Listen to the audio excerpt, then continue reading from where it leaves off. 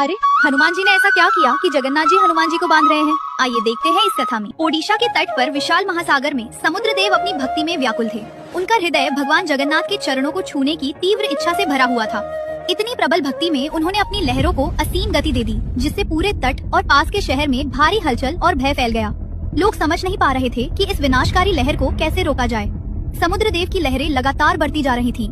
शहर के लोग अपने घरों में सुरक्षित होने की कोशिश कर रहे थे, लेकिन संकट कम होने का नाम ही नहीं ले रहा था। भगवान जगन्नाथ सोच में पड़े कि समुद्र देव को कैसे नियंत्रित किया जाए और शहर को सुरक्षित रखा जाए। तब उन्होंने हनुमान को बुलाने का फैसला किया। जगन्नाथ जी हनुमान से बोले, हनुमान, तुम्हारी शक्ति इतनी महान है कि तुम ही समुद्र देव को नियंत्रित कर सकते हो। यदि तुम समुद्र देव को रोक दोगे तो शहर सुरक्षित रहेगा। हनुमान जगन्नाथ जी से बोले, प्रभु, आपकी आज्ञा मेरे लिए सब कुछ है। मैं तुरंत समुद्र देव के पास पहुंचकर उन्हें नियंत्रित करूंगा। हनुमान ने अपनी पूरी शक्ति और भक्ति से समुद्र देव को रोकने का प्रयास किया। उनकी दृष्टि और सामर्थ्य इतनी प्रबल थी कि समुद्र देव कुछ समय के लिए शांत हो गए। शहर के लोग राहत की सांस लेने लगे, लेकिन जब भी शहर में कहीं राम भजन या कीर्तन होता, हनुमान अपनी भक्ति में वहां पहुंच जाते। उनके जाते ही समुद्र देव फिर से सक्रिय हो जाते और शहर पर संकट मंडराने लगता। भगवान जगन्नाथ ने यह देखा और गहरी सोच में डूब गए। उन्होंने महसूस किया कि हनुमान की शक्ति इतनी प्रबल है कि कोई भी उन्हें रोक नहीं सकता। जगन्नाथ जी समुद्र देव के तट पर आए। लहरें धीरे धीरे किनारे से टकरा रही थी। उन्होंने देखा कि हनुमान अपने प्रभु की भक्ति में लीन है। जगन्नाथ जी हनुमान से बोले,